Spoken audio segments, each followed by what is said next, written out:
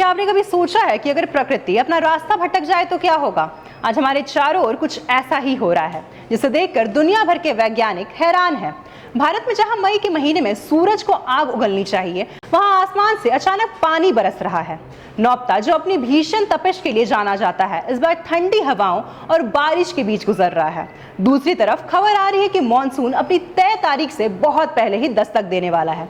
लेकिन क्या यह सिर्फ मौसम का एक छोटा सा बदलाव है, या फिर ये किसी बहुत बड़े और भयानक संकट की आहट है? वैज्ञानिकों का कहना है कि इसके पीछे एक ऐसी ताकत है जो दुनिया के सबसे बड़े समंदर को खौला रही है।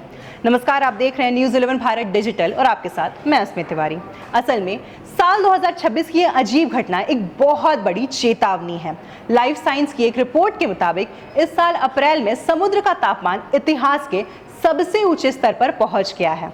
मौसम वैज्ञानिकों ने इसे सुपर अल नीनो का नाम दिया है। अल नीनो एक ऐसी प्राकृतिक घटना है जो समुद्र के पानी को गर्म कर देती है, लेकिन इस बार का अल नीनो पिछले 100 सालों में सबसे ताकतवर माना जा रहा है। प्रशांत महासागर का तापमान इतनी तेजी से बढ़ रहा है कि उसे समुद्री लू या मरीन हीट वेव कहा जा रहा है।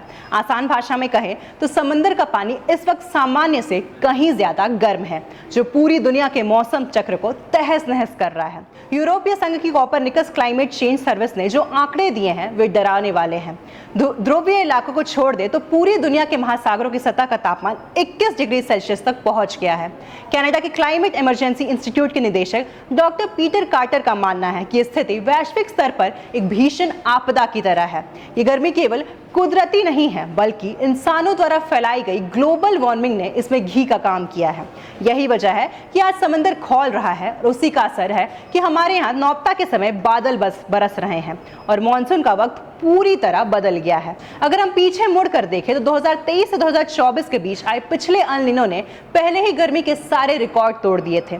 साल 2024 इतिहास का सबसे गर्म साल रहा और पहली बार हमने पेरिस समझौते की उस 1.5 डिग्री सेल्सियस वाली खतरनाक सीमा को पार किया, जिसे वैज्ञानिक मानवता के लिए रेड लाइन मानते हैं। लेकिन अब जो सुपर अल नीनो बन रहा है वो पिछले साल से भी कहीं ज्यादा घातक हो सकता है। ये सिर्फ गर्मी नहीं लाएगा, बल्कि इसके कारण कहीं भयानक सूखा पड़ेगा तो कहीं ऐसी बाढ़ आएगी जो सब कुछ बहा ले जाएगी।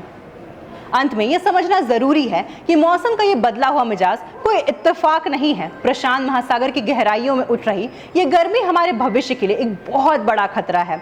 वैज्ञानिक भविष्यवाणी ये कर रहे हैं कि अगर समुद्र का तापमान इसी तरह बढ़ता रहा तो आने वाले समय में हमें ऐसे मौसम देखने को मिलेंगे जिनके लिए हम बिल्कुल तैयार नहीं है। ये सुपर अल नीनो हमें याद दिला रहा है कि प्रकृति के साथ किया गया खिलवाड़ अब भारी पड़ने लगा है।